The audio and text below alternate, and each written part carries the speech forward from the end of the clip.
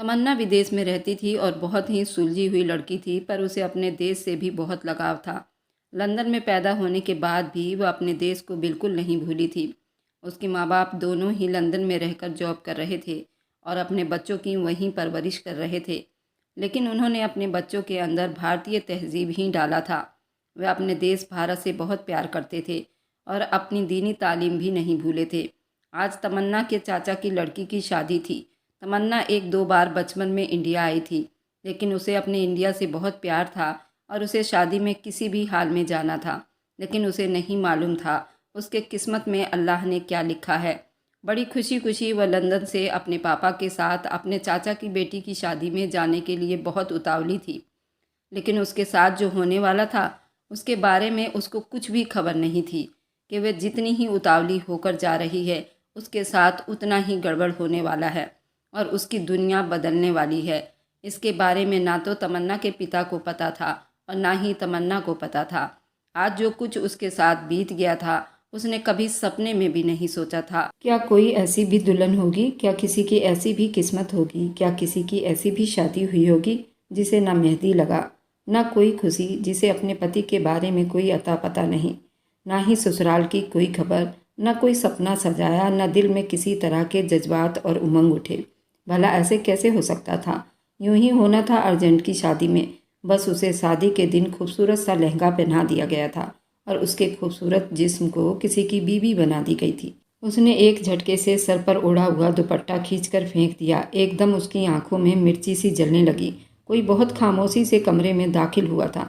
एक पल को उस हसीन मोमसी गुड़िया को देखकर बिल्कुल हैरान रह गया था। फिर अपनी गंभीर आवाज़ में बोला, ये रोना धोना, ये सोग मनाना कमरे की चार दीवारी के अंदर तक ही अच्छा लगता है। मैं इस गांव का अकेला मुखिया हूँ।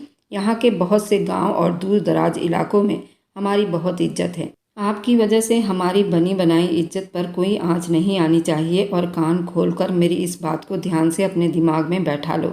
मैं कोई भी ऊंच नीच बर्दाश्त नहीं करूँगा और हाँ, उसके अलावा आपकी सारी ज़रूरत और इच्छाएं पूरी की जाएगी। आपको किसी तरह की कोई तकलीफ़ या शिकायत का मौका नहीं दिया जाएगा और मेरे परिवार वालों की तरफ से तुम्हें कोई तकलीफ़ नहीं मिलेगी। सामने से आती हुई भारी मर्दाना आवाज़ पर वह घबराकर पलटी थी। वह उसके तरफ ही देख रहा था। कुछ पल में उसकी बोलती बंद हो गई। उन दोनों की नज़रें मिली और बहुत अच्छे से मिली। जो लंदन जैसे आज़ाद माहौल का हिस्सा थी, जिसकी फैमिली बैकग्राउंड बहुत स्ट्रॉन्ग और अमीर थी, बचपन से बोल्ड माहौल में रहकर जवान होने वाली, आज उस अनजान आदमी के सामने पसीना पसीना हो गई। वह तमन्ना, जो मर्दों के बीच में बहुत कॉन्फिडेंस से बात करने वाली, आज धीरे से कांप रही थी। इतने खूबसूरत मर्द देखे, लेकिन कभी उसने धड़कनों को यूं भी काबू नहीं किया था। फिर ऐसी हालत में खुद को देखना, ये समझ नहीं पा रही थी। बहुत ही अफसोस हुआ मुझे आपके लिए। आप तो बिल्कुल परी जैसी हो। आपको देखकर तो कोई मना ही नहीं कर सकता। आपके लिए मौत को भी गले लगाना पड़ेगा तो लगाने से कोई पीछे नहीं हटेगा। और जब आपकी मर्जी ही नहीं थी तो मना क्यों नहीं किया अपने बाप से कि मुझे शादी नहीं करनी? क्यों की शादी? चाहे जिस भी हालात में शादी हुआ हो, जो सिचुएशन बनी थी वह मैं संभाल लेता। आपके साथ तो कोई ज़बरदस्ती नहीं की थी ना, या बंदूक सर पर रखकर तो तुम्हें ब्याह कर नहीं लाया था। फिर अब ये रोना धोना क्यों? तमन्ना, जो बिना पलकों को झपकाए उसे एक टक देख रही थी, काश आपके साथ मेरी शादी ज़बरदस्ती के आड़ में ना हुई होती तो आज इस खूबसूरत रात में बोरिंग तरह की बातें नहीं कर रहा होता, बल्कि खुद को आपका पति होने पर दुनिया का सबसे खुशकिस्मत इंसान समझ रहा होता। आपके हुस्न की तारीफ कर रहा होता। आपसे इतना दूर होने के बजाय आपके कदमों में अपना दिल लिए बैठा होता। आपकी खूबसूरती को अपने मोहब्बत के जज्बात से रिझाने की कोशिश करता। लेकिन अब मुमकिन नहीं रहा, क्योंकि ज़बरदस्ती के इस रिश्ते में मैं खुद को आप पर ज़बरदस्ती थोप नहीं सकता। आपके साथ कोई भी ज़बरदस्ती नहीं करना चाहता। ये बातें तमन्ना को अर्श से फर्श पर फेंक चुका था। मैं ये शादी नहीं करना चाहता था। फिलहाल जो भाग गई अपनी जिम्मेदारी से, वह कोई गैर तो नहीं थी, तुम्हारी चाची की लड़की थी। तुम भी ज़रूर उसी की जैसी होगी, मतलब परस्त, खुदगर्ज, धोखेबाज। निकाह तो हो गया, लेकिन तुम मेरी पाबंद नहीं हो। मेरी तरफ से तुम्हें आज़ाद करने का सवाल ही नहीं उठता। अपने घर जाना चाहती हो या तलाक की ख्वाहिशमंद हो तो मुझे कोई एतराज़ नहीं। मैं खुशी खुशी तुम्हारी ख्वाहिश का एहतराम करूँगा। लेकिन अगर तुम मुंह छुपाकर भागी तो फिर सज्जाद के कहर को देखोगी। और हाँ, तुम अपने माँ बाप को मेरा पैगाम जरूर दे देना। मैं मार्केट में बिकने वाला खिलौना नहीं जिसे खरीद कर उसे खेल कर अपना दिल बहला कर छोड़ दिया जाए। मैं सज्जाद हूँ, मेरे घर में और मेरे गांव में मेरी हुकूमत चलती है। अगर तुमने ऐसा वैसा कोई भी कदम उठाया, उस पल तुम मेरी बीवी, मेरी मलिका होकर भी मेरी नज़रों में कोई हैसियत नहीं रखोगी। ये ज़बरदस्ती की शादी, इससे मुझे नफरत है। तुम्हारी ये बेपनाह खूबसूरती, ये हुस्न किसी काम का नहीं, इसलिए ये बोझ उतार कर खुद को सुकून में कर लो। वह थोड़ा मुस्कुराकर हंसा था। वह तेजी से बाथरूम की तरफ बढ़ गया और तमन्ना वहीं पत्थर बनी रह गई। वह अपनी जगह से हिल भी ना सकी। इतनी बेइज्जती, इतना बड़ा थप्पड़, शादी के रात ये सब क्या हो गया था। वह किसी और के गुनाह का भुगतान भरती अपना सब कुछ छोड़ बैठी थी। जिस आदमी के लिए वह उसे अपने शब्दों से बेमोल कर गया था, आंखों से आंसू गिरने लगे थे। अल्लाह ने सूरत क्या अच्छी दे दी, तो खुदा बन बैठे हो। और दिल अगर इतना ही काला था, तुम मुझसे निकाह क्यों किया? उसी दिन मना कर देता। तमन्ना से निकाह कबूल करवाना इतना आसान नहीं था। जनाब पतिदेव, सारे हिसाब बराबर ना किया तो मेरा भी नाम तमन्ना नहीं। उसने ये खुद से कहा। इस आदमी को जरा भी शर्म नहीं आई। वह पहली ही नज़र में उस घमंडी इंसान पर अपना दिल हार बैठी थी, जो हंगामों की हालत में उसका पति बना दिया गया था। तमन्ना के लिए आगे न मौत छोड़ी थी, न पीछे जिंदगी। वह धड़ाम से सोफे पर गिरती बैठ गई और अपनी किस्मत पर रोने लगी। जहाँ वह कुछ देर पहले हुए उस निकाह पर मातम मना रही थी, वहीं अब उस संगदिल आदमी पर पहली नज़र में अपना दिल हारने पर खुद को कोस रही थी। मेरी ये आप बीती उस दिन शुरू हुई थी जब पापा जल्दी ऑफिस से घर आए थे। तमन्ना बेटा कहाँ हो, जल्दी आओ। कासिम घर में आते अपने दोनों बेटियों को आवाज़ देने लगे। अब्बू। तमन्ना हंसती मुस्कुराती हुई सीढ़ियाँ उतरती नीचे आई। उसके सामने ही अब्बू बैठे थे। क्या बात है पापा, आप आज जल्दी आ गए हो? वैसे आज आप बहुत खुश नज़र आ रहे हैं। कासिम बेटी की बातों पर हंस दिए। हिंदुस्तान से तुम्हारी छोटी चाची का फ़ोन आया था। रुबीना का निकाह है, दावत दी गई है। कासिम चेहरे पर चमक लिए बोले। जब बात अपने खून, अपने बेटी की आती तो वैसे ही खुशी से भर जाते। वैसे भी पापा, मुझे हिंदुस्तान देखने का बहुत क्रेज़ है। मैं तो ज़रूर चलूँगी इस बार, तमन्ना एक्साइटेड होकर बोली। कहाँ जाने की बात हो रही है दोनों बाप बेटी में? अरे सबीना, रुबीना बेटी की शादी है। हिंदुस्तान से आज ही फ़ोन आया है। हम सबको बुलाया गया है। तमन्ना चल रही है, आप भी तैयारी कर लो। कासिम बारीकी से बताने लगे। सबाना बोली, हमें हिंदुस्तान गांव जाना पड़ेगा। ओ गॉड प्लीज़ कासिम, 1000 बार आपसे कहा, मैं वहां एडजस्ट नहीं हो सकती प्लीज़। वैसे भी मेरी इस महीने बहुत सी मीटिंग है। तमन्ना भी नहीं जा सकती, उसके पेपर अभी हुए नहीं और उसके लिए उसे तैयारी करनी होगी। और आप हैं कि उसे हिंदुस्तान ले जाने की बात कर रहे हैं। सबीना माथे पर बल लिए बोली। वह छोटे भाई की बेटी है सबीना। मैं कभी नहीं कहता कि आपको अपने साथ हिंदुस्तान चलने के लिए, लेकिन इस बार अगर तमन्ना हिंदुस्तान जाना चाहती है तो तुम उसे नहीं रोक सकती। कासिम भी अब नाराज शब्दों में बोले। मम्मी, मैं इस बार पापा के साथ हिंदुस्तान जरूर जाऊंगी, आप मुझे नहीं रोक सकती। आपको नहीं जाना मैं ये समझती हूँ, लेकिन मैं पापा के साथ जरूर जाऊंगी। तमन्ना अब जिद्दी शब्दों में कहती हुई उठ खड़ी हो गई। आखिरकार वही हुआ जो सबीना बिल्कुल भी नहीं चाहती थी। वह हिंदुस्तान कभी नहीं जाना चाहती थी, लेकिन वह तमन्ना को अपने साथ हिंदुस्तान लाने पर नहीं रोक पाई थी। तमन्ना हिंदुस्तान जाने के लिए अपनी मम्मी को मना चुकी थी और वह बहुत खुश थी। उसने कभी हिंदुस्तान नहीं देखा था और अब पहली बार अपने पापा के साथ अपने मुल्क, उन लोगों के बीच जा रही थी। हिंदुस्तान एयरपोर्ट पर उतरते ही सामने उन्हें अपने बहुत पुराने नौकर खड़े नजर आए थे जो उन्हें लेने आए थे। उनके पापा बहुत खुश थे। उनके लिए ये सब नया नहीं था, इसलिए वे सारे रास्ते उनके साथ बातों में बिजी रहे। लेकिन तमन्ना के लिए ये बहुत अनोखा और दिलचस्प नज़ारा था। वह अपने दाएं बाएं जाते हुए पहाड़, खेत, झरना, पेड़ बड़ी चाहत से देख रही थी। आखिरकार उनका सफ़र पूरा होने वाला था। गाड़ी ऊंची नीची ढलानों से होती हुई वह हवेली के अंदर आकर रुकी। दरवाजे के बाहर उसे बहुत से लोग खड़े नजर आए, जिनमें उसके बुआ, फूफा, चाचा, चाची, उनके नौकर और कुछ औरतें शामिल थीं, जिन्होंने बड़े जोरदार अंदाज में उनका स्वागत किया था। सिर्फ उसके पापा ही नहीं, बल्कि उसे भी बहुत प्यार दिया था, जिस पर वो बहुत खुश और एक्साइटेड सी नज़र आ रही थी। वह फ्रेश होने और खाना खाने के बाद कुछ देर आराम करने के लिए एक कमरे में लेट गई, लेकिन यहाँ उसकी आंखों से नींद कोसों दूर थी। लेकिन वह करवट बदलते बदलते आखिर उसे नींद आ गई थी। नींद पूरी करने के बाद जब वो उठी तो शाम हो चुकी थी। यहाँ आने पर सब कुछ नया माहौल देखकर वह थोड़ी घबरा सी गई थी। नए लोग, अरे बेटा आओ। जब उसकी चाची ने उसे वहीं खड़े होते देखा तो उसको आवाज़ दिया। उसकी चाची और कुछ औरतें मेहंदी के थाल सजा रही थी। वे सब आपस में लखनऊ के देसी जुबान में गाना गा रही थी। वहाँ की औरतें सभी अपने सर से दुपट्टा ओढ़कर और मुंह ढककर गाना गा रही थी, जिन्हें देखकर वे थोड़ी नर्वस सी हो रही थी। तमन्ना ने उस वक्त ढीली सी शर्ट और ट्राउजर पहन रखा था। लंबे घने काले रंग के बाल खुले हुए थे। वह खूबसूरती का खुद अपना मिसाल थी। उसका मूड ऑफ हो गया था क्योंकि यहाँ के लोगों को ज़्यादातर देसी भाषा ही आती थी और वे किसी से बात नहीं कर पा रही थी। इसलिए उसका मूड ऑफ हो गया था क्योंकि यहाँ के लोगों को ज़्यादातर अपनी देसी भाषा ही आती थी। उनके बीच जाना नहीं चाहती थी। चाची रुबीना कहाँ है? उसने हिंदी में कहा। ये उसके पापा की ही मेहनत थी जो वे लंदन में रहकर भी अपनी हिंदी भाषा नहीं भूली थी। लंदन में रहकर भी इतनी साफ हिंदी बोल सकती थी। बेटा, वे ऊपर के आंगन में है। वे हल्दी लगवाकर बैठी है। आज उसकी मेहंदी है।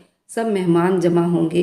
तुम नौकरानी के साथ ऊपर चली जाओ। उसे जवाब देने के साथ वह एक नौकरानी को उसके ऊपर ले जाने को बोली। उसने एक नज़र सबको देखा। उसके पापा ने बताया था यहाँ की औरतें बड़े बड़े दुपट्टे के बिना कमरे से बाहर नहीं जाती।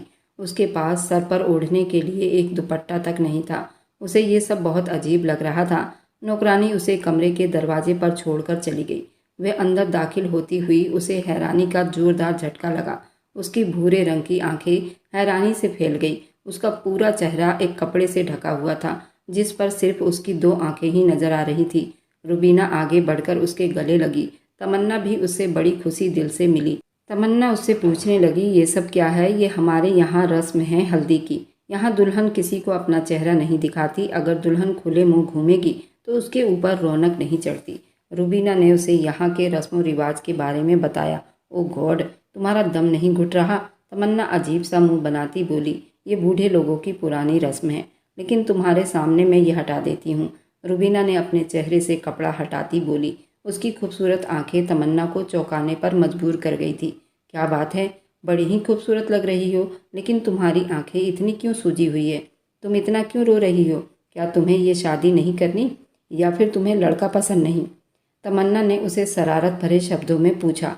तमन्ना अक्सर फ़ोन पर बात किया करती थी। उनके बीच इतनी गहरी दोस्ती ना सही लेकिन अजनबी भी नहीं थे। तभी रुबीना अचानक उसके सीने से लगती रोने लगी। क्या हुआ रुबीना? तमन्ना परेशान हो गई। वादा करो ये बात किसी से नहीं बताओगी। वह उसके सामने हाथ जोड़े बोली।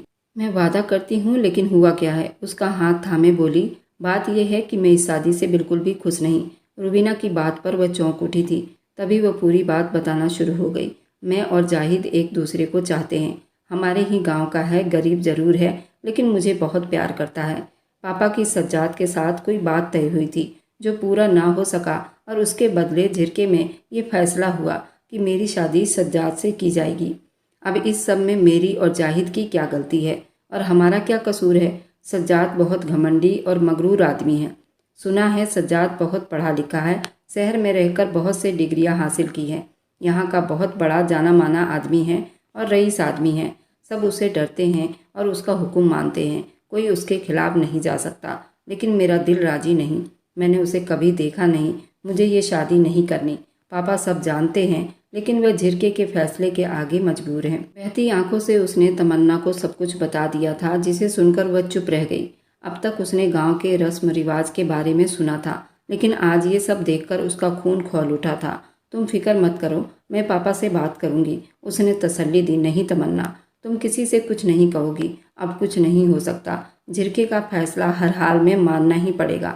वह बेबसी से रो रही थी। हाँ, अगर ये शादी किसी तरह रुक जाए, बिना किसी को कुछ कहे, क्या तुम ये कर सकती हो? मैं तुम्हारी एहसानमंद रहूंगी। और उसका हाथ पकड़े उससे मिन्नतें मांग रही थी। मैं ज़रूर कोशिश करूंगी कि तुम्हारी मदद कर सकूं। ये तो वाकई गलत हो रहा है तुम्हारे साथ। ऐसा लंदन में तो नहीं होता। वहाँ का कानून इस बात की परमिशन नहीं देती।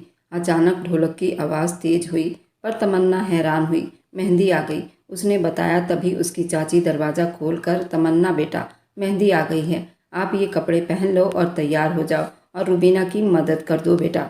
वह कपड़े तमन्ना के हाथ में पकड़ाकर रुबीना से बोलती चली गई। उसका दिल किया कि वह अभी जाकर इस शादी को रोकने के लिए चाची से मना करे। उसे इस रस्म रिवाज पर अब बहुत गुस्सा आ रहा था, लेकिन मजबूरी थी। रुबीना ने उसे चुप रहने को कहा था, सो वह चुपचाप तैयार होने लगी। बहुत ही खूबसूरत सा लहंगा पहना था। जिस पर चारों तरफ मोतियों का काम हो रखा था। हल्का सा मेकअप करते ही वह और ज़्यादा खूबसूरत हो गई थी। उसकी स्किन इतनी खूबसूरत और चमकदार थी कि मेकअप की उसको बिल्कुल भी ज़रूरत नहीं थी।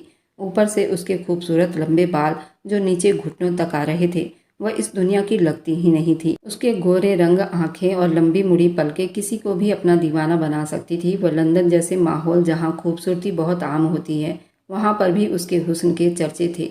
कोई उस जैसा नहीं था। फिर तो ये हिंदुस्तान था। उसे तैयार होकर नीचे आने पर हर कोई उसके तरफ देख रहा था। चाची उसको सबसे मिलवा रही थी। शहनाई की गूंज मची। लड़कियों का डांस करना शुरू हो गया।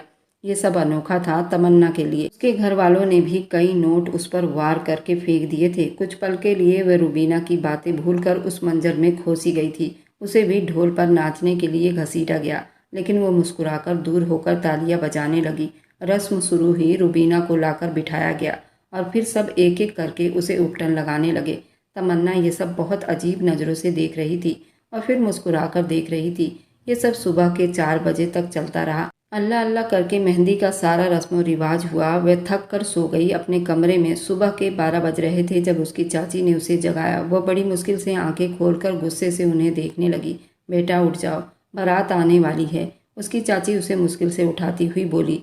वह हैरान होती हुई उनको तकने लगी। रात गए तब फंक्शन चला, अब इतनी सुबह बारात। ये बारात कुछ दूर के गांव से आएगी, इसलिए वह बेदिल से उठी थी और तैयार होने लगी। बारात बस आने वाली थी। जब वह नीचे तैयार होकर आने लगी, उसका सोया हुआ दिमाग बार बार रुबीना की तरफ जाता उसे उदास करने लगा था। तभी उसने देखा कि उसकी चाची और कुछ औरतें रुबीना के बंद दरवाजे को पीट रही थी। दरवाज़ा अंदर से बंद था। उन्हें खतरे की घंटियां महसूस हुई। उसका दरवाज़ा जोर जोर से बजाने लगी। उसका वहम सही निकला। चाची जोर जोर से चिल्ला रही थी, ये लड़की सबका मुंह काला करके भाग गई है। ये आवाज़ थी, ये तूफान था। तमन्ना जैसे सुन्न होकर रह गई। और फिर एक कयामत थी जो सब पर बीत गई थी। और फिर तमन्ना के ऊपर भी एक कयामत बीत गई थी। और ये कयामत लाने वाला कोई और नहीं, खुद उसका बाप था। कल ही की तो बात थी जब वो यहाँ इस सरजमीन पर मेहमान के सूरत में आई थी, लेकिन अब यहीं का हिस्सा बनने जा रही थी। कभी ऐसे अजीब किस्से हो जाते हैं कि दिल व दिमाग सोचने समझने की ताकत खो देता है। उसका बाप उसके सामने हाथ जोड़े सवाली बनकर खड़ा था, उस इंतजार में कि तमन्ना ये कबूल कर लेगी। आंखों में आंसू लिए वे चाह कर भी कुछ कह न पाई। किससे कहती वह अपने दिल की बात? यहाँ उसके पापा के सिवा था ही कौन जो उसको समझ पाता? और आज वे खुद ब खुद फरियाद बने बैठे थे। वह कैसे उन्हें खाली हाथ लौटाती? उसकी माँ का फ़ोन आया था, जो फ़ोन पर चिल्ला रही थी, उसे रोक रही थी। उनकी इकलौती लाडली नाजों में पली बड़ी थी, कैसे किसी उजाड़ गंवार माहौल का हिस्सा बन सकती थी? वह तो चमकता हीरा थी, जिसे किसी शहजादे के ताज में लगना था। वैसे किसी ऐरे गहरे की गुनाह की सज़ा का भुगतान के लिए नहीं आई थी।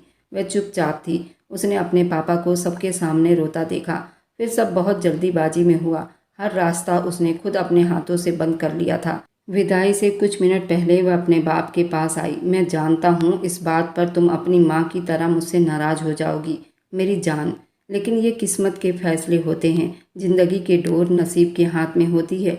जो कुछ भी हुआ वह बहुत अचानक हुआ और कोई सोच भी नहीं सकता था। मगर मेरी शहजादी, मैं इतना खुदगर्ज और बुरा नहीं कि अपनी जान सी प्यारी बेटी को जलती आग में झोंक दूं। मैं सज्जाद से मिला हूँ। वह बहुत बड़ा बिजनेसमैन है और इस गांव का मुखिया भी है और बहुत खूबसूरत है। बाकी 1000 मर्दों से बिल्कुल अलग है। सुलझा हुआ है, 1000 खूबियों का मालिक है। तुम्हारे जोड़ का है। मुझे अपनी बेटी के लिए ऐसे ही मर्द की तलाश थी। ये नसीब में ही तुम दोनों का मिलन लिखा था। बस मेरी जान, मेरी तुमसे आखिरी इल्तिजा है, मेरा मान, मेरी इज्जत बरकरार रखना। वक्त लगेगा, लेकिन तुम्हें एहसास होगा कि तुम्हारे पापा ने कितना सही फैसला किया है तुम्हारे लिए।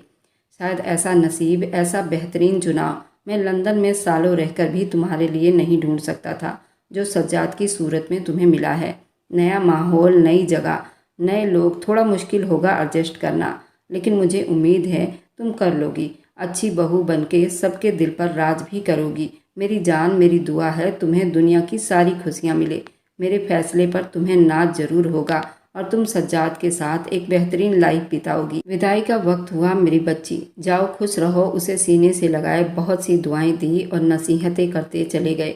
अब क्या बचा था कुछ कहने को और सुनने को? इतना सब देखकर उसकी आंखों से आंसू भी ना टपक सका और वह चेहरे पर घूंघट लिए वहां से चली आई। नई दुनिया में कदम रखे, न जाने कितना लंबा सफ़र था। लेकिन जब वो हवेली पहुंची, रात की अंधेरी हर तरफ फैल चुकी थी।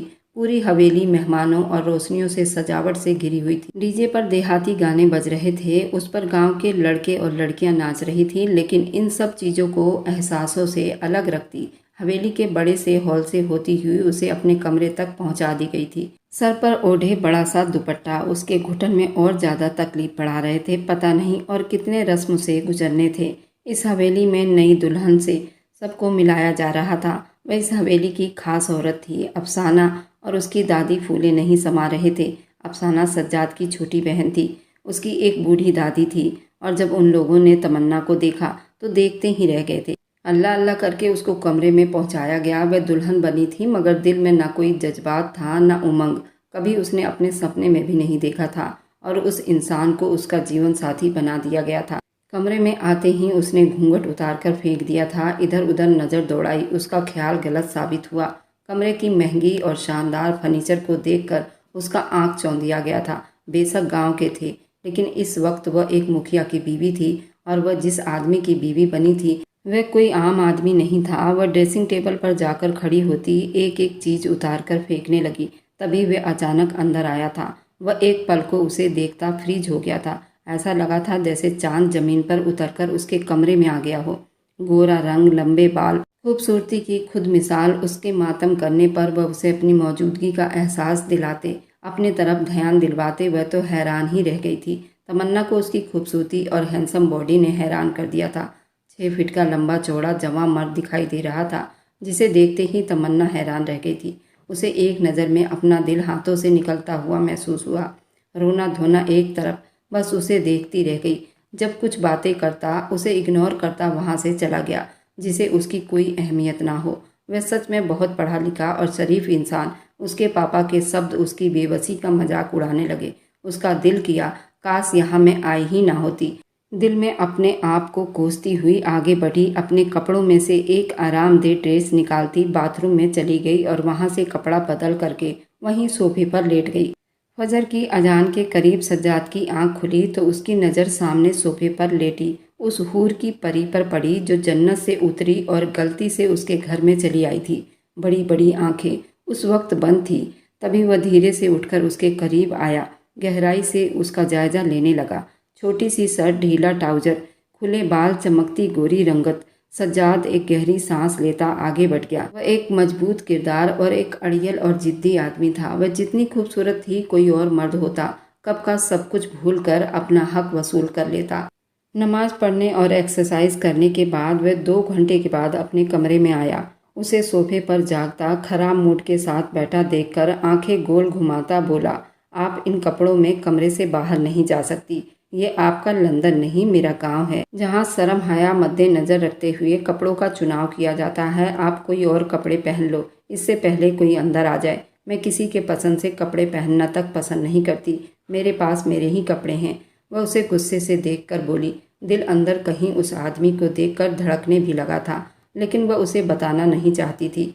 सज्जाद को उसकी बात कहीं ना कहीं ठीक ही लगी। ये पहली मर्तबा था जब उनकी आपस में बात हो रही थी। खैर, ये मत भूलिए कि आज आप जिस इंसान के साथ निकाह करके बैठी है वह भी कल को किसी और का ही था। अगर वह भागी ना होती तो आपकी जगह आज वो यहाँ बैठी होती। उसकी हालत पर मजाक उड़ाता हुआ वह मुस्कुराया था। तमन्ना के तो जैसे तन बदन में आग लग गई थी। वैसे तो काफ़ी पढ़े लिखे लगते हो, लेकिन आपसे ऐसी बात की उम्मीद नहीं थी। हजारों रंग इस्तेमाल के लिए बाज़ारों में मिल जाते हैं पैसों से, लेकिन इंसान सिर्फ एक ही होता है जिसकी कोई कीमत नहीं होती। आपके नसीब में मैं ही थी, इसलिए वह शादी के दिन भाग गई, समझे जनाब। और मुझे देखिए, 7 समुंदर पार मुझे मेरी किस्मत यहाँ खींच लाई, क्योंकि आप मेरे नसीब में लिखे थे, जिसे कोई छीन नहीं सका। फिर आप कैसे खुद को किसी और का कह रहे हैं? तमन्ना को ये बात दिल पर लगी थी। सज्जाद की आंखें फैल गई। फिर कुछ सोचते हुए उसने अर्जेंट में उसके लिए एक खूबसूरत लहंगे का इंतजाम किया था। इतना कोई खास नहीं था, लेकिन तमन्ना थी ही ऐसी खूबसूरत, उस पर खास लगने लगा था। सर पर दुपट्टा संभालती वह सबसे मुस्कुराकर मिली थी, लेकिन नज़रें बार बार भटकती उस दुश्मन जान पर थी जो चेहरे पर गंभीरता लिए टांग पर टांग जमाए बैठा मोबाइल पर बिजी था। हैंडसम पर्सनैलिटी का सबूत दे रहा था उसका चेहरा। पहली बार कोई जिंदगी में आता बुरी तरह से उसके हवासों पर छाया था। अगले दिन वलीमा बहुत धूमधाम से हुआ। उसकी ज़रूरत की हर एक चीज़ सज्जाद ने उसकी पसंद से ऑनलाइन बैठे मंगवाई थी। हर तरफ खुशियों का माहौल था। उसके पापा और बाकी सब भी मिले। सब उसकी किस्मत पर नाज कर रहे थे जिसे रुबीना बदकिस्मती से ठुकराकर चली गई थी। पापा ने बताया कि उसकी माँ उसके पापा और तमन्ना से बहुत नाराज़ है। पति से नाराज़ होने का तो मतलब समझ आता है, लेकिन तमन्ना से नाराज़गी उसकी चुप्पी की वजह से थी, जिस पर उसने बिना किसी चू चप्पड़ किए सज्जाद से निकाह की हामी भर ली थी। वह अपने ससुराल के बारे में थोड़ा बहुत जान गई थी। ससुराल में था ही कौन, एक बूढ़ी दादी, सज्जाद की छोटी बहन अफसाना जो तमन्ना से 1 साल छोटी थी, और कुछ नौकर वगैरह। वो यहाँ सभी से घुल मिल गई थी। यहाँ के सभी लोग बहुत प्यारे थे और मोहब्बत करने वाले थे, जो तमन्ना की सोच से बढ़कर उससे मोहब्बत करते रहे, हर वक्त उसका ख्याल रखते थे। वलीमा की रात के बाद से उसका सामना फिर सज्जाद से नहीं हुआ। शायद वह शहर चला गया था जरूरी काम से, और साथ तमन्ना का दिल भी ले गया था और जाते जाते उदासियां उसे दे गया था। बेटा, क्या तुम्हारी सज्जाद से बात हुई? वह अपनी नई नवेली इतनी प्यारी दुल्हन को छोड़कर शहर जा बैठा है, उसे जरा भी तमीज़ नहीं। तमन्ना दादी की आवाज़ सुनती चौंकी थी। दादी, सज्जाद का नंबर उसके पास नहीं। वह अपने मोबाइल से नंबर देती। अफसाना जल्दी से बोली और मुस्कुराकर उसने अपना मोबाइल पकड़ा दिया। तमन्ना भी यही चाह रही थी कि सज्जाद की आवाज़ सुने, लेकिन तमन्ना का दिल बेचैन हुआ था। वह उसकी आवाज़ सुने, उसके मोबाइल से नंबर लेती। वह अपने मोबाइल में दिल चोर नाम से सेव कर गई, और फिर दादी के कहने पर उसे कॉल मिलाना पड़ा था। जी, मैं तमन्ना बात कर रही हूँ। आप घर कब आओगे? ये मैं नहीं, दादी पूछ रही हैं। अस्सलामुअलैकुम। तमन्ना ने बस छोटी सी बात की और सज्जाद को ये एहसास नहीं दिलाना चाहती थी कि वह उसके लिए बेकरार है। पहले तो वह हैरान हुआ, फिर बोला, दादी से कह दो कि फ़िक्र ना करे बिना वजह, और आपने इतनी तकलीफ़ क्यों उठाई? तमन्ना उसके गुस्से से भरी आवाज़ पर बिलबिला उठी थी। बेटी, क्या कह रहा है सज्जाद तुमसे? कब आएगा वह? दादी की आवाज़ पर होश में आई। उसने कहा, जल्दी आऊँगा, कुछ ज़रूरी काम निपटाना है। मेरी फ़िक्र मत करो, और आइंदा मुझे कॉल करके अपने नाजुक हाथों पर जुल्म ढाने की ज़रूरत नहीं। शायद उसने सुन लिया था, तभी गंभीरता से जवाब देता। खुद ही कॉल काट दिया था। उसके जवाब के इंतज़ार में थी। वो कह रहे हैं जल्दी आएंगे, उसने नॉर्मल शब्दों में कहा। चलो अच्छा है, अब देखना कैसे वह अपनी खूबसूरत सी नई नवीली दुल्हन की आवाज़ सुनकर भागता चला आएगा। दादी मुस्कुराती हुई बोली। वह उठकर चली गई, जबकि तमन्ना मुस्कुराकर भी गुस्से में हो गई थी। आपको पता है भाभी, जब हमें रुबीना के बारे में फ़ोन पर बताया गया कि वो भाग गई है, तो दादी की तबीयत इतनी ख़राब हो गई थी कि हम सब घबरा गए थे।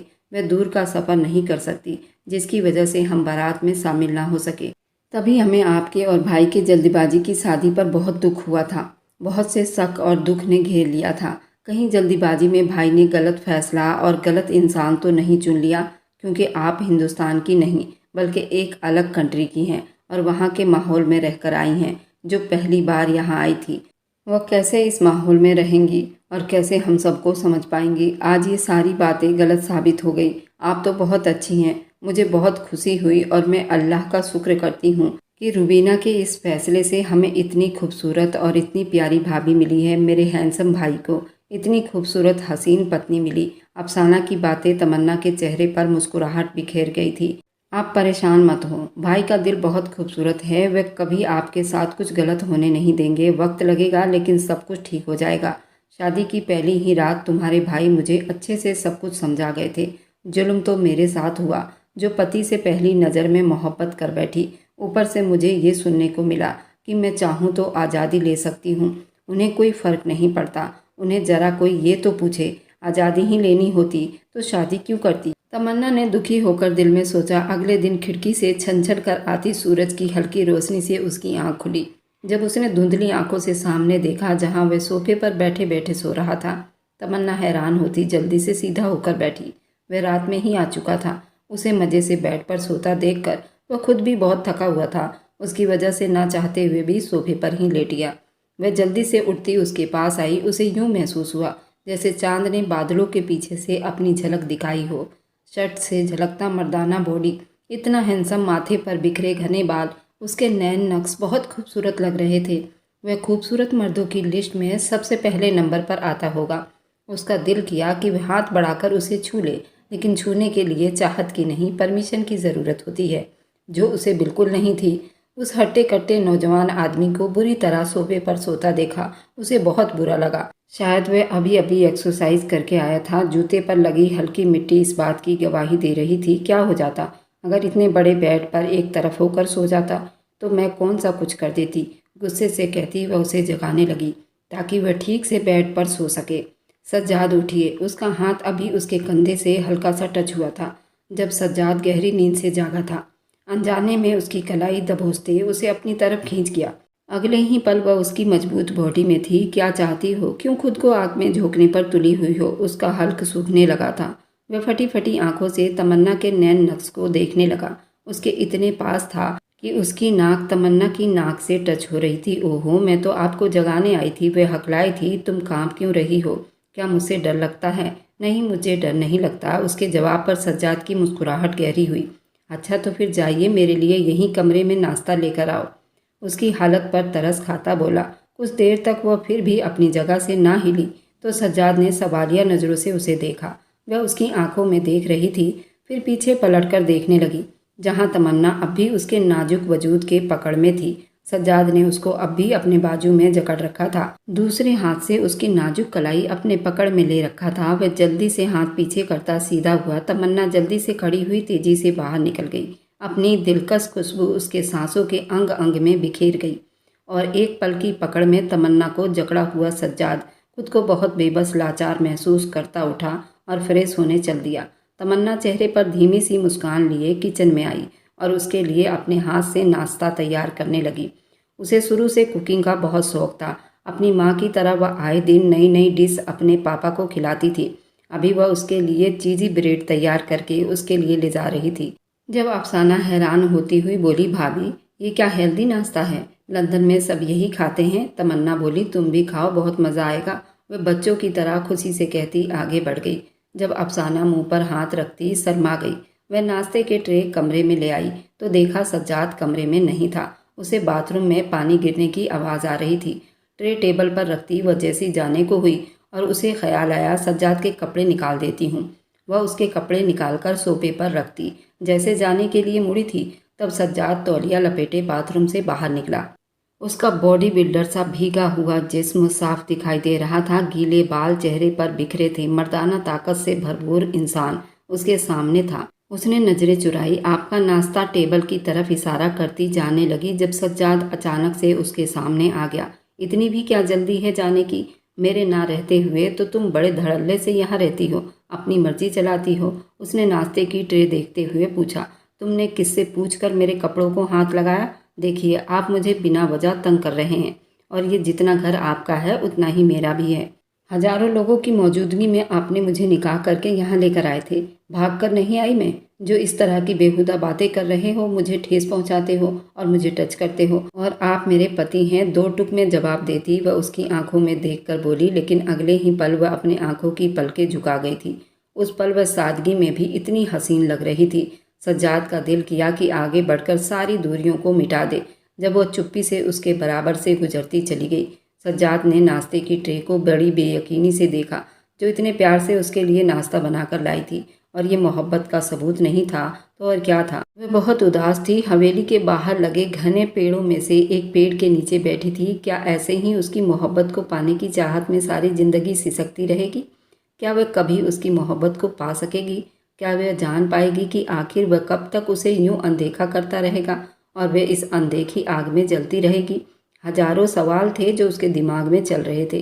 तभी वहां पर दादी चली आई।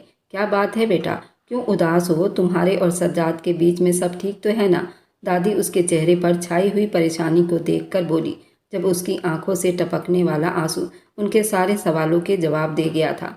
मेरी शहजादी बहू, ऐसे दिल छोटा नहीं करते। शादीशुदा जिंदगी में ऐसे उतार चढ़ाव आते रहते हैं जिन्हें प्यार मोहब्बत से संभाला जा सकता है। पति को अपने हुस्न और मोहब्बत के पल्लू से बांधना सीखो। मियाँ और बीवी को तो एक दूसरे का कपड़ा होते हैं। उनके बीच कोई शर्म, कोई झिझक नहीं होनी चाहिए। अगर वे नाराज है तो तुम आगे बढ़कर उसे प्यार से मना लो। सज्जाद ने जिंदगी में बहुत दुख देखे हैं बेटी। वह उन दुखों की जिम्मेदार सिर्फ औरत को ही समझता रहा है। ये तो शादी करना ही नहीं चाहता था, जो अगर मैंने कसम ना दी होती तो शायद ये औरत जात से ही बहुत नाराज है, क्योंकि बहुत छोटी उम्र में उसकी माँ उसे और अफसाना को छोड़कर किसी दूसरे आदमी के साथ भाग गई थी। उसका बाप ये दुख बर्दाश्त ना कर सका और हमें छोड़कर चला गया। मैंने उन दोनों बच्चों को कैसे संभाला ये मेरा रब ही जानता है।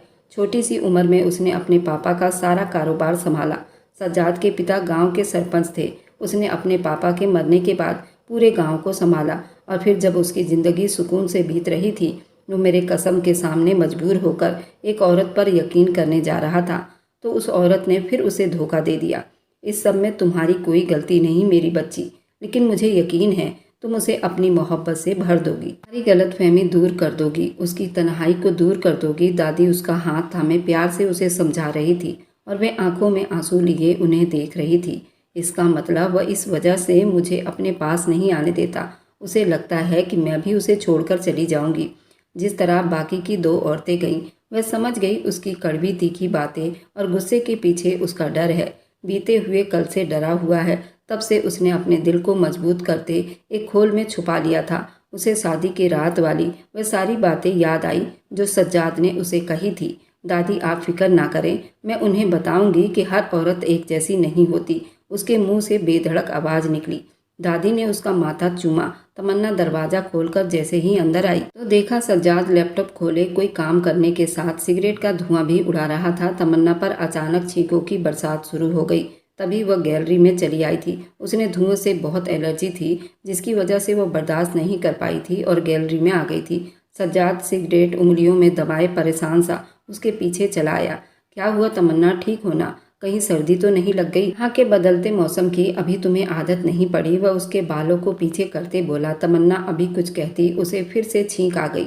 उसकी नाक लाल हो चुकी थी जिसे वो पहले से भी ज़्यादा प्यारी दिखाई दे रही थी। रुको मैं तुम्हारे लिए कॉफ़ी लाता हूँ। वह मुड़कर जाने लगा। तभी तमन्ना ने उसका हाथ थाम लिया और उसकी उंगलियों के बीच दबी सिगरेट निकालकर बालकनी से बाहर फेंक दिया। क्या तुम पागल हो गई हो? तमन्ना के हाथ की गर्माहट महसूस करने के बावजूद वह उस पर नाराज होने लगा। वो मुझे स्मोकिंग से एलर्जी है। अच्छी। वह हैरानी से उसे देखने लगा, फिर उसे सीधा करता उसका हाथ मजबूती से थामे बेड पर ले आया और साथ ही पानी का गिलास उसकी तरफ बढ़ा दिया। हद होती है, तुम मुझे ये बात पहले नहीं बता सकती थी। छींकों की वजह से परेशान होती तमन्ना को देखकर उसने कहा, तमन्ना मैं कमरे में रूम फ्रेशनर डाल देता हूँ, शायद इससे तुम्हें आराम आ जाए। ये कहते हुए सज्जाद ने अभी भी तमन्ना का हाथ मजबूती से पकड़ा हुआ था। तमन्ना ने अपना हाथ छुड़वाने की कोशिश की। आपने इससे पहले कब अपना ध्यान मुझ पर दी कि मैं आपसे ये बातें करती? पानी का गिलास होठों से लगाती वो मासूम अंदाज में शिकायत कर बैठी थी। सज्जाद के लबों पर मुस्कुराहट आ गया था। वह उठकर रूम फ्रेशनर स्प्रे किया ताकि स्मोकिंग की खुशबू चली जाए। मेरे लिए इतना करने के लिए थैंक्स। उसकी तबीयत थोड़ी सी संभली तो उसने तमन्ना को गुस्सैली नज़रों से देखते हुए कहा, अभी अभी तो अनजानी सी खुशी महसूस हुई थी, तभी अचानक से आवाज़ आई, कोई उम्मीद मत रखना। ये सब मैंने इसलिए किया कि तुम यहाँ नई नई आई हो और सुना है काफ़ी नाजुक अंदाज में पली बड़ी हो। तुम्हारा ख्याल रखना हम सब का फ़र्ज बनता है, नहीं तो तुम्हारे माँ बाप को हम क्या जवाब देंगे? उनकी शहजादी बेटी को किस तरह रखा हुआ है? उसने जल्दी से तमन्ना की खुशियों पर पानी फेरते हुए कहा, नफ़रत के मरहम के सिवा क्या कुछ नहीं है आपके पास मुझे देने के लिए? आखिर वह झुंझला गई थी। आखिर चाहती क्या हो? समस्या क्या है तुम्हारा? तमन्ना की शिकायत पर वह गुस्से से लाल पीला होता बोला, मेरी समस्या आप ही हैं। ऐसी कौन सी जंग है जो खुद से लड़ रहे हैं जिसका खामियाना मुझे भुगतना पड़ता है?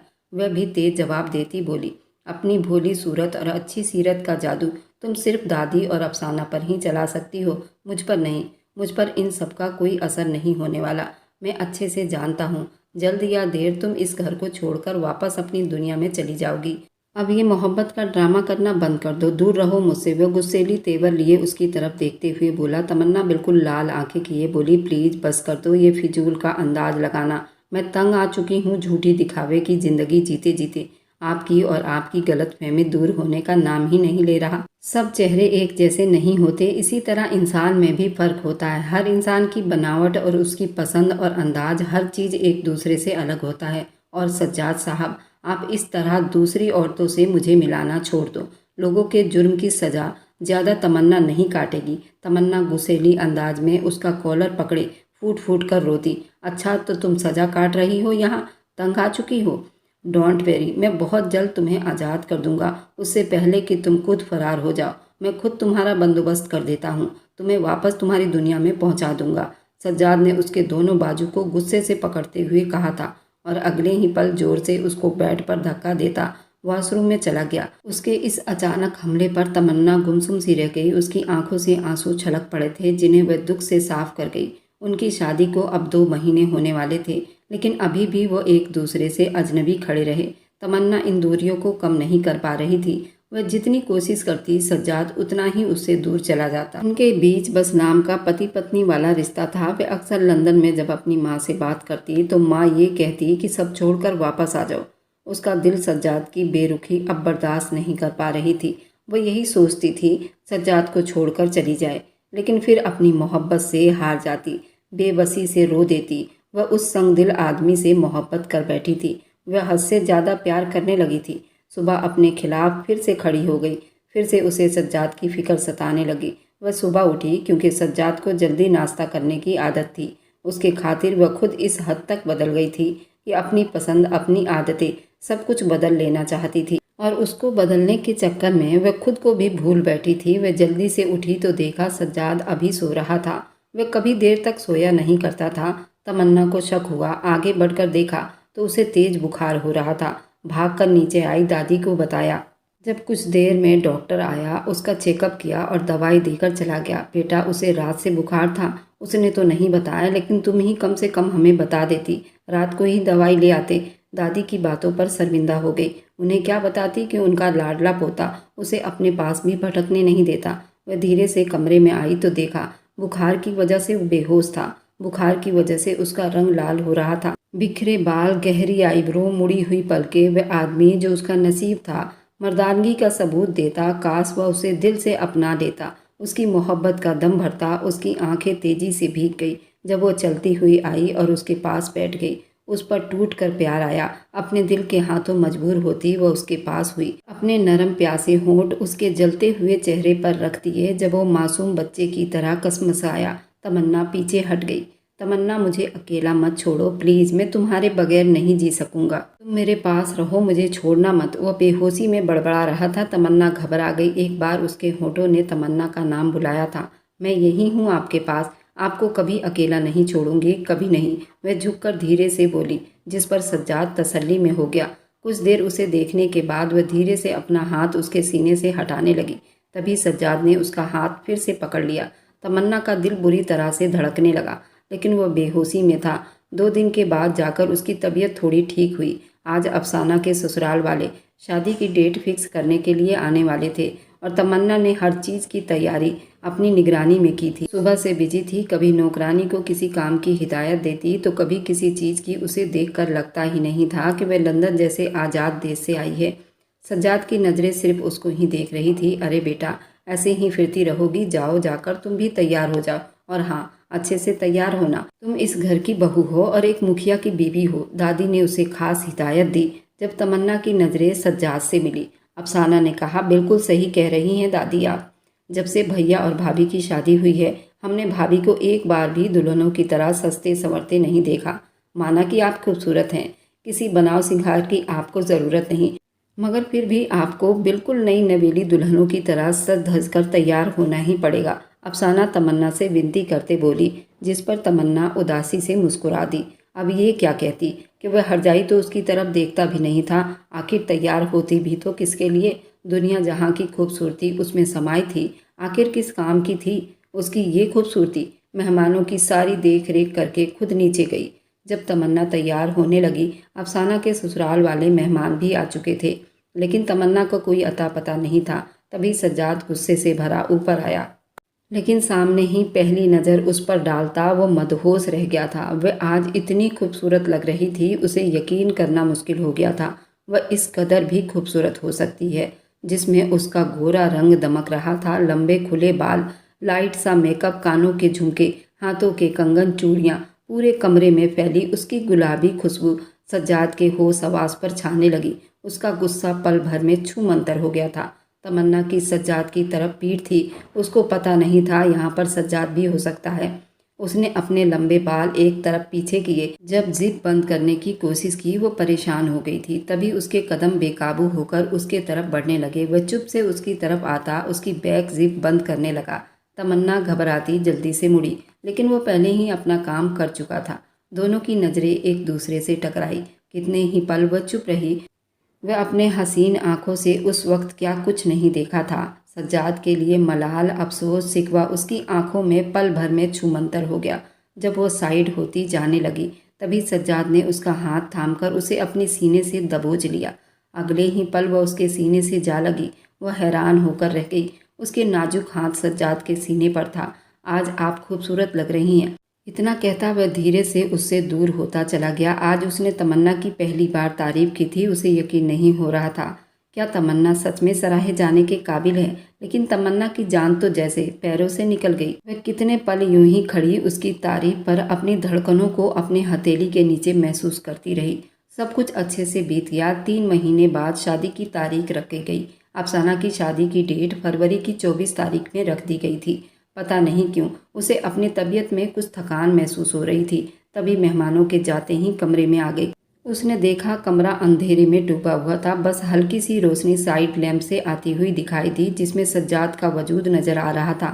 शायद वह सो चुका था। इससे पहले वह ड्रेस चेंज करने वॉशरूम में जाती जब हल्की हल्की बूंदाबांदी होने के साथ तेज बारिश की सूरत में बदल गई थी और वह अपने दिल से मजबूर होकर बालकनी में चली आई। बारिश ने जैसे ही उसके सूखे बदन को भिगोया एक अजीब सा एहसास उसकी आत्मा में उतर गया। सावन की महक, बारिश की फुहार, ऊपर से बरसाती रात। वह उस अंधेरे में इस बात से बेखबर होकर भीग रही थी कि कोई बहुत चुप्पी से उसके पीछे खड़ा था। वह अपने होठों पर मुस्कुराहट सजाए खड़ा था। वह काफ़ी देर भीगने के बाद जैसे जाने को मुड़ी तो उसे वहाँ खड़ा देखकर चौंक गई। लगता है तुम्हें बारिश बहुत पसंद है। वह उससे बात कर रहा था। तमन्ना बिना कोई जवाब दिए वहाँ उसके बराबर से गुजरी। तुमने मेरी बात का जवाब नहीं दिया। वह उसकी कलाई पकड़े बोला, मुझे आपसे कोई बात नहीं करनी, मेरा हाथ छोड़ो। किसी जोरा जोरी करती वह नाराजगी से बोली। सज्जाद ने उसका हाथ अपनी तरफ खींचा जिससे वह झटके से उसके सीने में फिर से समा गई और उसके सीने से टकराकर उसके बालों की लट उसके भीगे चेहरे पर आ चुकी थी। उसने गहरी गहरी सांस लेना शुरू कर दिया। आखिर वह आदमी उससे चाहता क्या था? क्यों बार बार उसके पास आकर फिर दूर हो जाता? उसकी मोहब्बत और बेबसी का मजाक उड़ा रहा था। सज्जाद ने बहुत प्यार से उसके चेहरे से उन भीगी लटों को हटाया। उसके भीगे कपड़े उसके सूखे जिस्म को राहत और तसल्ली दे रहे थे। वह उसकी खूबसूरत आंखों में खो गया और फिर वो हुआ जिसका गुमान तमन्ना के सपनों में भी नहीं था। सज्जाद धीरे से झुकता उसके होठों पर अपने होठ रख दिया। शादी के 2 महीने के बाद आज वो मेहरबान हुआ था तो तमन्ना ने भी उसे नहीं रोका। वह तो कब से उसकी मोहब्बत और प्यार के लिए तड़प रही थी। तमन्ना प्यार से अपनी आंखें बंद करती, उसके लबों का दबाव महसूस करती, उसके सीने में समा गई थी। वो पूरी रात अपनी मोहब्बत को परवान चढ़ते देखती रही और प्यार का जाम पल पल पीती रही। वह हर दुख भुलाते जैसे दीवानी होने लगी।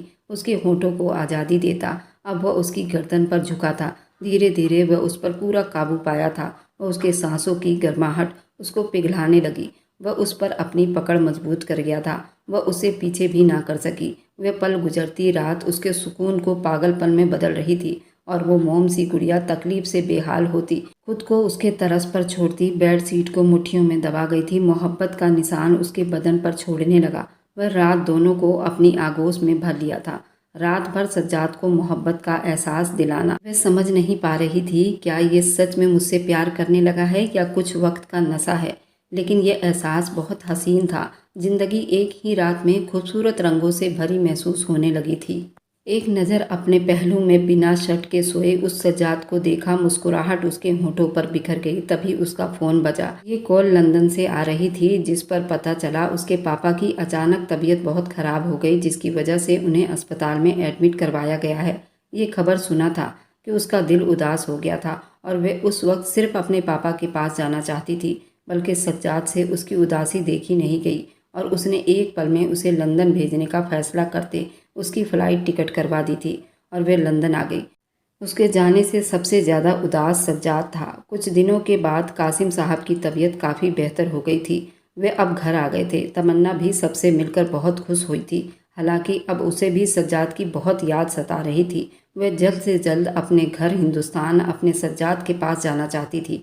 उसकी माँ ने बहुत कहा कि वापस ना जाए, लेकिन वह एक ना मानी। उसने साफ कह दिया था कि वह उससे मोहब्बत करती है और आज या कल वह वापस चली जाएगी, जिस पर सबीना भी थक हार कर चुप हो गई थी।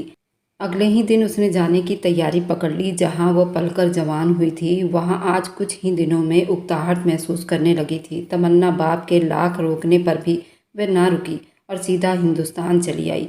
कासिम साहिब थोड़ा हैरान भी थे कि उनकी बेटी उस शादी को कबूल कर चुकी है। दूसरी तरफ सज्जाद की हालत भी कुछ अलग नहीं थी। उसकी बढ़ती बेचैनी, बेकरारी, उदासी अफसाना और दादी से छुपी नहीं रही। आते जाते हर वक्त उसे तमन्ना के नाम से चिढ़ाते। जिस पल वो मुस्कुरा देता, उसके बिना घर अब काट खाने को दौड़ रहा था। उसे इकरार करना ही पड़ा था। वक्त के साथ तमन्ना की मोहब्बत उसके दिल और दिमाग पर छा गया था। बस वही इस बात से नज़रें चुरा रहा था। लेकिन अब नहीं। अब उसके आने के बाद अपनी मोहब्बत का इजहार उससे करके ही रहेगा और एक पल को भी अब और ज़्यादा उसे खुद से दूर नहीं करेगा। बाथरूम में आते ही तमन्ना उसे शिद्दत से याद आने लगती थी। उसकी यादों से भागने के लिए वह हर वक्त घर से बाहर बिजी रहता। तमन्ना जब घर पहुंची, दादी और अफसाना अचानक उसे देखकर हैरान हुई और खुश भी हो गई। लेकिन जिसके लिए वह 7 समुंदर पार से भागी आई थी, वह इस वक्त यहाँ था ही नहीं, बल्कि शहर गया था। रात को उसकी वापसी थी। वह उदास होती कमरे में चली आई तो हैरान रह गई। उसका रूम वैसे का वैसा ही था। उसकी एक एक चीज़ अपनी जगह रखी थी। तमन्ना मुस्कुराई थी। मुझे किसी ने बहुत मिस किया है, खुद से कहती वह कपड़े लेकर फ्रेश होने चली गई। अब रात के 9 बज गए। सफ़र का थकन था। उसे नींद पूरी करने के बाद सज्जाद की पसंद का मज़ेदार खाना तैयार किया। तभी उसे ज़ोरदार चक्कर आए। उससे पहले कि वह ज़मीन पर गिरती, अफसाना ने उसे थाम लिया था। भाभी क्या हो गया? दादी को परेशान होती आवाज़ लगा रही थी और दादी भागती चली आई। उसे कमरे में लिटाया गया। अफसाना ने तुरंत डॉक्टर को बुलाया। अगले कुछ मिनट में मिलने वाली खुशखबरी ने पूरी हवेली को अपने लपेट में ले लिया। वह माँ बनने वाली थी। दादी उसे दुआएं देती नहीं थक रही थी। अफसाना का तो खुशी का कोई ठिकाना ही नहीं था। अब बस उसे सज्जाद की वापसी का बेसब्री से इंतजार था। रात का 10 बज रहा था जब वो हवेली में वापस आया। उसे नहीं पता था कि तमन्ना आ गई है। वो वहीं सोफे पर बैठ गया और बोला, ओहो कितना सन्नाटा है। आसपास देखती उसने एक ठंडी आँख भरी। तभी उसका सेल बजा। जी वकील साहब, पेपर तैयार है। अच्छा किया आपने तैयार कर दिया। मेरी पत्नी के आने से पहले मैं अब और टाइम नहीं लेना चाहता। आप जल्दी से सारी कार्रवाई पूरी करो। मैं वक्त नहीं लेना चाहता। आप पेपर घर भिजवा दो। मैं अपनी पत्नी के साइन करवा कर आपको भिजवा दूंगा। सामने वकील से कुछ बातें करते उसने कॉल काट दी। इस सब से बेखबर कि कोई ऊपर अंधेरे में उसकी सारी बातें सुन रहा है। पेपर पर पत्नी के साइन, कानूनी कार्रवाई, ये सारे शब्द उसका दिमाग सुन कर रहे थे। आंखों से आंसू बहने लगे और वह अपने कदमों को घसीटती हुई बड़ी मुश्किल से अपने कमरे तक आई थी। उसका सब्र जवाब दे गया था। वह कमरे के बीचों बीच घुटनों के बल जमीन पर बैठती चली गई। बच्चों की तरह दहाड़े मारकर रोने लगी। सज्जाद कमरे के पास जैसे ही पहुंचा, उसको किसी को जोर जोर से रोने की आवाज़ आने लगी। वह चौंक गया। उसके ख्याल में तमन्ना तो यहाँ थी ही नहीं। अफसाना और दादी तो अपने कमरे में सोई थी। फिर उसके कमरे में कौन था जो इतना रो रहा था? वह तेज़ कदमों से आगे बढ़ा तो अगले ही पल जोरदार झटका लगा। पूरा कमरा मोमबत्ती के रोशनी से टिमटिमा रहा था। पूरे कमरे को फूलों से सजाया गया था। पूरा कमरा महकता हुआ एक रोमांटिक सा असर दे रहा था। लेकिन सबसे बढ़कर हैरान कर देने वाला जो झटका था, वह उसका वजूद जो अपना कातिलाना हुस्न लिए रेड कलर की बारीक नाइटी में बैठी रो रही थी। उसका खूबसूरत जिस्म उसमें से झलक रही थी। सज्जाद तो पलके झुकाना ही भूल गया था। बेकाबू होकर उसके पास चला गया, उसके पास बैठा। अभी वह इतना बोला ही था जब वो एकदम उसके सीने से जा लगी। सज्जाद को बहुत बदलाव महसूस हुआ। वह सिर्फ नाइटी में थी, बल्कि उसके खूबसूरत बाल बिखरे हुए और उस पर लाइट मेकअप किया। उस वक्त उसकी नाजुक जान पर आफत आ रही थी। प्लीज़ सज्जाद, मुझे तलाक मत दो। मैं आपसे मोहब्बत करती हूँ। मैं आपके बिना जी नहीं सकती। मुझे कोई साइन नहीं करना। वह हिचकियों से बोलकर रो रही थी, जिस पर सज्जाद मुस्कुरा दिया। उसने अपनी बाहों में उठाकर उसे बेड पर बिठाया। फिर बहुत प्यार से उसके आंसू साफ करता उसे देखने लगा। वैसे ये शब्द आप कभी अपनी जुबान पर मत लाना। मैं तो खुद अब तुम्हारे बगैर एक पल नहीं जी सकता। बस इकरार थोड़ी देर से कर रहा हूँ। आई लव यू जान। वह धीरे से उसके होठों को छूता खुमारी भरी आवाज़ में बोला। फिर वह कागज। तमन्ना हैरानी से बोली, वो मैंने तुम्हारे लिए ज़मीन ली है ना। सोचा था तुम्हें सरप्राइज़ दूंगा, लेकिन मुझे क्या मालूम था कि तुम मेरे तोहफे को गलत समझ बैठोगी। सज्जाद शरारती से बोला, लेकिन अब आप मेरे सरप्राइज़ पर ज़रूर हैरान होंगे। जब वह शर्माई शर्माई सी उसका हाथ अपने पेट पर रखती उसे दिखाने लगी। क्या मेरा मतलब? ओ माय गॉड, हम मम्मी पापा बनने वाले हैं। मारे खुशी के वो पागल सा होने लगा था। सज्जाद ने उसे जोर से अपनी बाहों में भर लिया। तमन्ना के माथे पर, आंखों पर, गालों पर, कभी होठों पर अपनी चुम्मियों की बरसात करती। आज मैं बहुत खुश हूँ तमन्ना, मुझे दुनिया की सबसे बड़ी खुशी दी तुमने। अब हम दोनों अपनी ज़िंदगी की एक नई शुरुआत करेंगे और हमारे बच्चे हमारी मोहब्बत को याद करते बड़े होंगे। सज्जाद ने उस पर फिर से अपनी प्यार की बारिश कर दी। अब उनके दिन इसी तरह बीतने लगे। आज उनकी शादी की सालगिरह थी। दोनों एक दूसरे को सरप्राइज़ देने के लिए शॉपिंग कर रहे थे। तभी अचानक मॉल में रुबीना से टकरा गई। 1 महीने का बच्चा लिए शॉपिंग करने आई थी। इधर तमन्ना भी प्रेग्नेंट थी। रुबीना ने एक बेटी को जन्म दिया था और 1 महीने के बाद तमन्ना ने भी एक बेटे को जन्म दिया था। सज्जाद और तमन्ना की ज़िंदगी में फूलों की तरह खुशियाँ बिखर गई थी। इधर रुबीना को अपने रोज़मर्रा की ज़िंदगी जीने के लिए भी बहुत मेहनत करनी पड़ती थी। रुबीना के पति की प्राइवेट जॉब थी जिससे उसका घर खर्च बड़ा मुश्किल से चलता था, लेकिन रुबीना भी खुश थी क्योंकि उसको अपना मनचाहा जीवन साथी मिल गया था। रुबीना के ससुराल वालों ने उसे घर से बाहर निकाल दिया था क्योंकि उसने लव मैरिज की थी। उसके पति को भी कोई हिस्सा नहीं दिया गया था। वे दोनों किराए के मकान में अपने रोज़मर्रा की ज़िंदगी जीने के लिए बहुत मुश्किलें उठा रहे थे। अगर आपको ये कहानी अच्छी लगी है तो हमारे चैनल को लाइक और सब्सक्राइब करते जाएं।